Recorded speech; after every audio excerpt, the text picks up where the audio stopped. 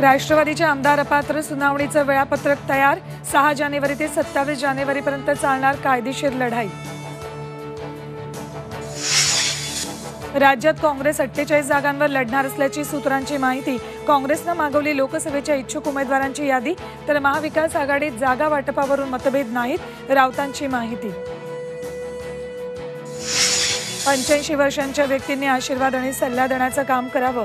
नाव न घेता दादांचा पवारांना निवृत्तीचा सल्ला, तर पितृतुल्य गुरुला दगा देणाऱ्यांना राम कसा पावणार, अमोल कोल्हेंची अजित पवारांवर टीका। अजून मी पुढचे 8 महिने मुख्यमंत्री आहे, मुख्यमंत्री एकनाथ शिंदेंचं विधान।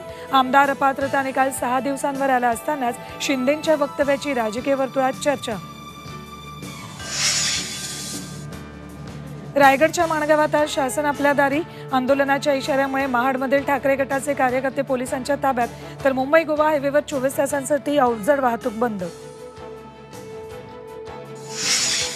बुलढाण्याला अवकाळी पावसाचा तडाखा। मोताळा तालुक्यात गहू, हरभरा आणि मका भुईसपाट, शेतकऱ्यांचं मोठं नुकसान।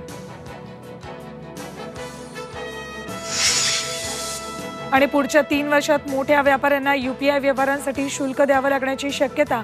MPCI प्रमुखांच्या विधानामुळे खळबळ।